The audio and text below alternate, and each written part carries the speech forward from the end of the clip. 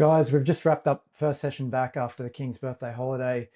There was one thing that caught my attention today, not so much the rally or the sell-off, but where the market was trading early on relative to history. So this morning I was looking at a simple question, what does the XJO normally do after we've seen that large S&P sell-off that we saw on Friday, followed immediately by the recovery that we saw yesterday. So that's what we're looking at. So Friday, S&P fell nearly 200 points. Yesterday it bounced back about 40.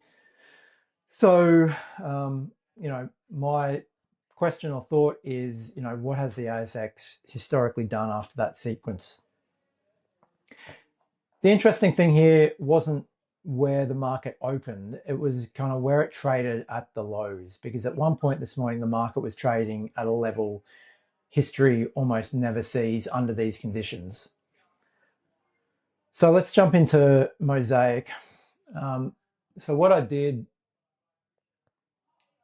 just some rough numbers here, but let's take a look at filtering S&P 2 days prior, less than 100 points, and then a bit of a recovery the next day, let's say greater than 30. So from there, I want to look at the XJO distribution, okay?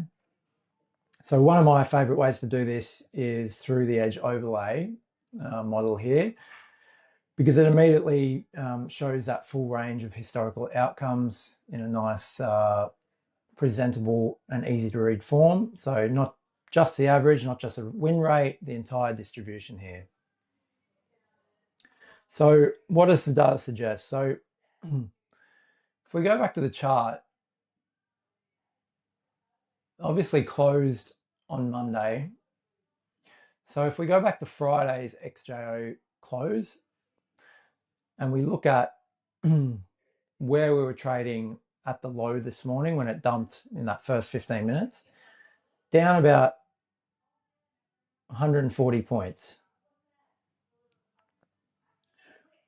Okay, so when we kind of and we obviously can do this live throughout the session, but when you compare that to the historical distribution, the market was sitting in the bottom 5% of outcomes here, okay? There was only one historical occurrence that finished the day below that price, okay? So just think about that. So at the low of the day, the market was already trading right down near the extreme edge. So, the argument there is that over the next 5 3/4 hours, the downside in terms of the end of day close was fairly limited historically, and the upside was kind of all the rest of it.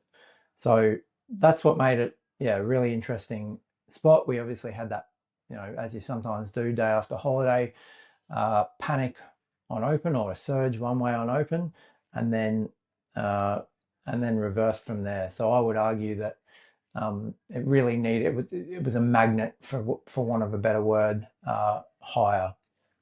So, what stood out wasn't so much the sell-off, it was where that sell-off sat in that XJO distribution. So the market wasn't trading at a normal outcome, is what I'm trying to say.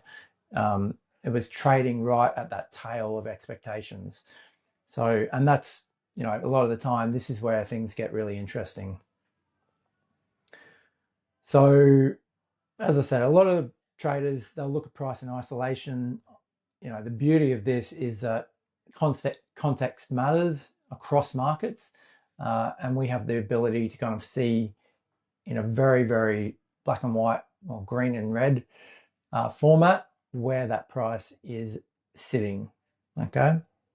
So, none of this means that markets can't and won't trade beyond these extremes.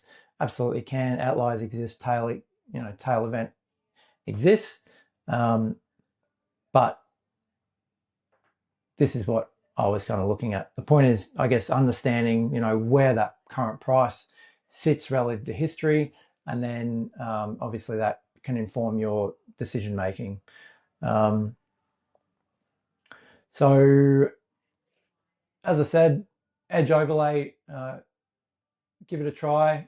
It's very, very useful in terms of, as I've just shown here, comparing where a market historically closes or hits highs or lows, etc., given other market moves that preceded it. Anyway, that's today's framework. I'll see you tomorrow.